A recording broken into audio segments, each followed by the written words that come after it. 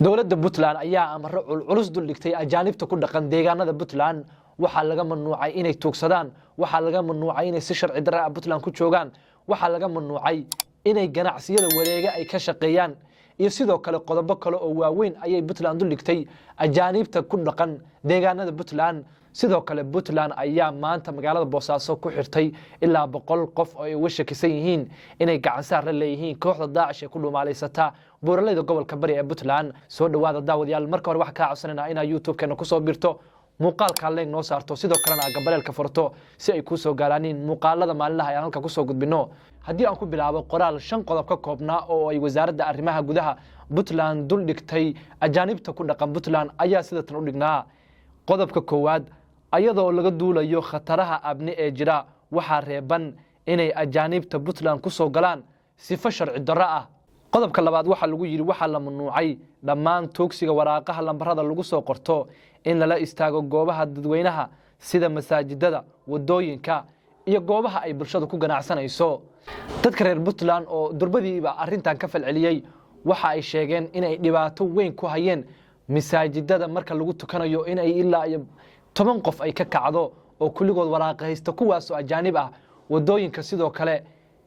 kale maqaayadaha ayay dadka reer Puntland sheegeen inay dhibaato weyn ku hayeen dadka ajaanibta ah ee ku sugan Puntland qodobka afraad waxa lagu yiri waxa la mamnuucay in shirkadaha isgaarsiinta ay taleefan u furaan ajaanib aan haysan aqoonsi rasmi ah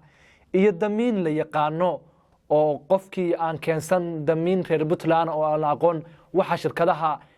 Puntland ka shaqeeya la furay in aysan u furi karin kaar haddii ay u furaana iyagu mas'uuliyadooda ay qaadi doonaan iyo wixii dhibaato ah oo ay dadka ajaanibta ah ay keenaan qodobka afraad waxa lagu yiri laga bilaabo maanta oo ay taariikhdu ku beegan tahay 25 Janaayo 2024 qof aan si sharci ah ku joogin Puntland guri lagama kireyn karo lambar looma furi karo lamana shaqaalaysiin karo sidoo kale waxa lagu yiri cid kasta oo howlahaas fududeysa waxa loo aqoonsanayaa inay fal dambiyeedyo gacanta ay kula jiraanin dowladda Puntland waxay ka qaadaysaa go'aamo adag sidoo kale qodobka shanaad oo ah qodobka ugu dambeeya waxa lagu yiri waxa la mamnuucay ganacsiga yaryar ee aan sharciga ahayn ee lala wareego suuqyada iyo sidoo kale wadooyinka ciidamada difaaca Puntland ayaa shalay magaalada Boosaaso ku soo qabtay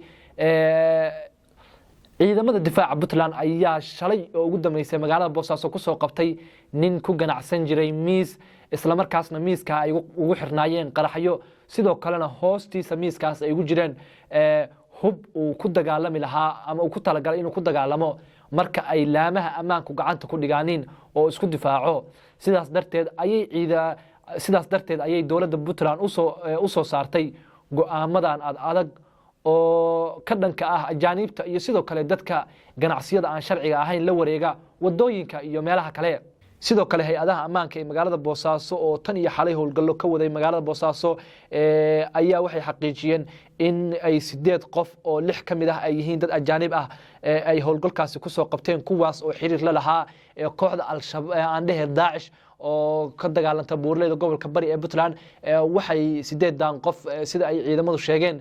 falal amni darro ka wadeen magaalada Boosaaso oo ay kamid yihiin qaraxyo iyo sidoo kale inay dhibaatooyin u geystaan shacabka reer Puntland ee ku dhaqan magaalada Boosaaso